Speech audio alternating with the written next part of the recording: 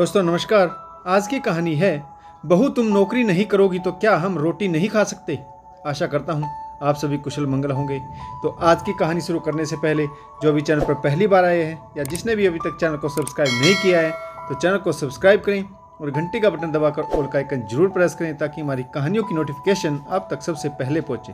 तो चलिए शुरू करते हैं आज की एक नई कहानी।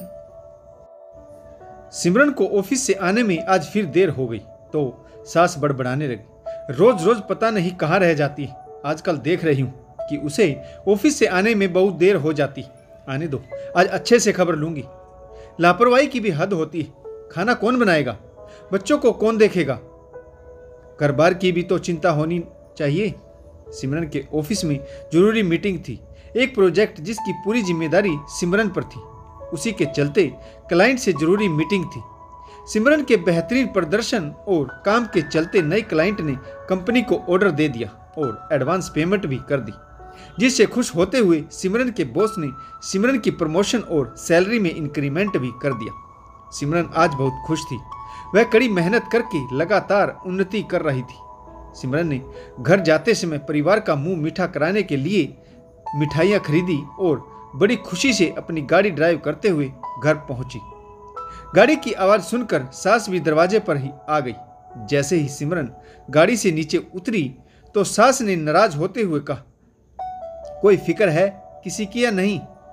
तुम दिन ब दिन बहुत लापरवाह होती जा रही हो। दिन भर बच्चों को संभालने और घर के कामों से मेरी तो तबीयत खराब रहने लगी।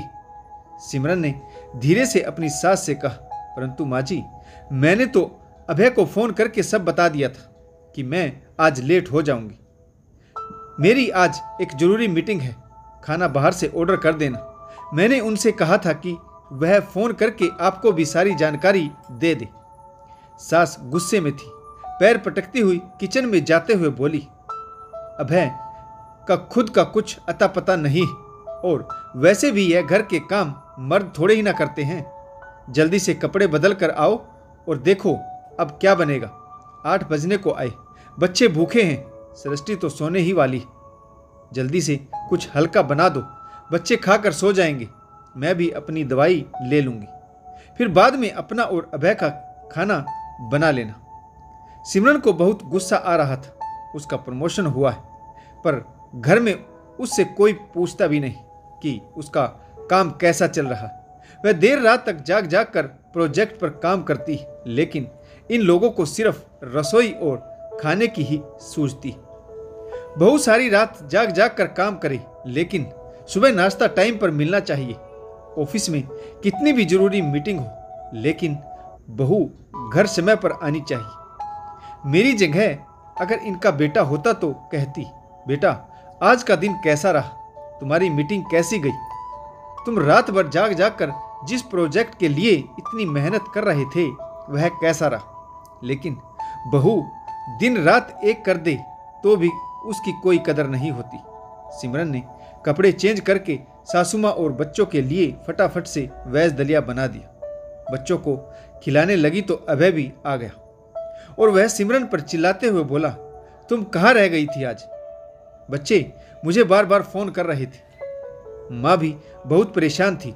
तुम अपनी नौकरी के चलते गृहस्थी को अनदेखा कर रही हो।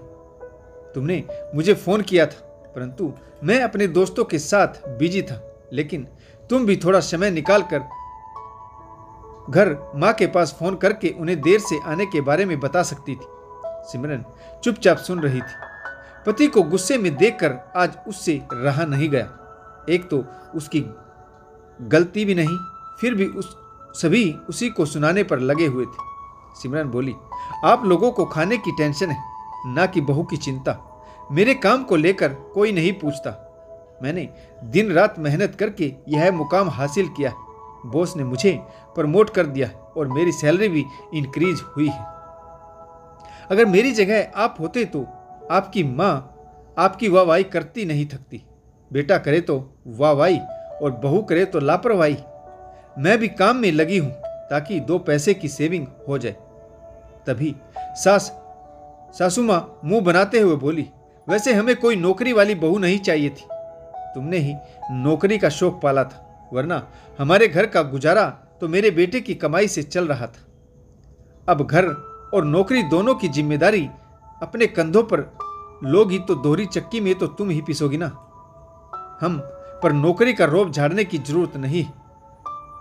तुम नौकरी नहीं करोगी तो भी 2 वक्त की रोटी हम खा सकते हैं। सिमरन को और भी अधिक गुस्सा आ गया और वह बोली, माँ जी, नौकरी का किसी को कोई शौक नहीं होता, मजबूरी होती। मैं भी घर पर का काम निपटा कर दिन भर टीवी पर अपने पसंदीदा सीरियल देख सकती हूँ। किट्टी पार्टी और पार्लर में घंटों बिता सकती हूँ। मेरा भी मन करता है सहेलियों और रिश्तेदारों के साथ घंटों फोन पर बातें करने का, परंतु मुझे तो इत्मीनान से बैठकर खाने की फुर्सत भी नहीं मिलती। आपका जमाना और था जब एक ही कमाई से काम चल जाता था, लेकिन आजकल इतनी महंगाई है कि अगर 2 पैसे बचाने हैं तो पति पत्नी दोनों को कमाना पड़ता है। अगर मैं नहीं कमाऊंगी तो कुछ नहीं बचेगा। आपके बेटे की कमाई से रोजमर्रा के खर्चे भी पूरे नहीं होते। फिर बच्चों के भविष्य के लिए सेविंग और बड़े घर का सपना कैसे पूरा होगा? अभी तो हमारे बच्चे छोटे, आने वाले समय में बच्चे बड़े होंगे, सबको अपने अपने अलग कमरे चाहिए होंगे। तो क्या 2 रूम के इस फ्लैट में हमारी जिंदगी पूरी हो जाएगी? बच्चे बड़े होंगे तो उनकी पढ़ाई का खर्च भी बढ़ेगा। महंगी कोर्स फीस कहाँ से लाएंगे? समय के साथ बदलना पड़ता है। बुरे वक्त के लिए 2 पैसे पहले से बचा कर रखने पड़ते हैं। वह जमाना गया जब आड़े वक्त में अपने नाती रिश्तेदार सहायता कर दिया करते थे।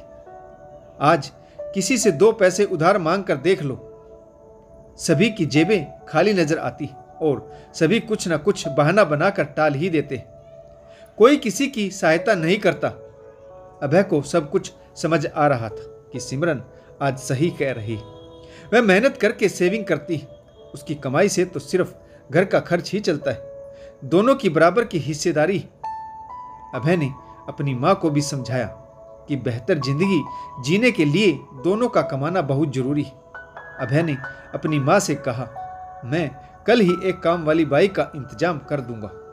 कल से मैं भी घर के काम में आप दोनों का हाथ बटाया करूंगा। हर काम में दोनों की बराबर की हिस्सेदारी होनी चाहिए। तो दोस्तों, इस कहानी में आपको कौन सा किरदार अच्छा लगा कमेंट्स करके जरूर बताइएगा। आशा करता हूँ आपको यह कहानी जरूर पसंद आई होगी। अगर आपको हमारी कहानियाँ पसंद आए तो चैनल को सब्सक्राइब करें और शेयर करें और कमेंट्स करना बिल्कुल ना भूलें। तो कहानी पढ़ने के लिए आप सभी का बहुत बहुत धन्यवाद। जय हिंद, वंदे मातरम, भारत माता की जय।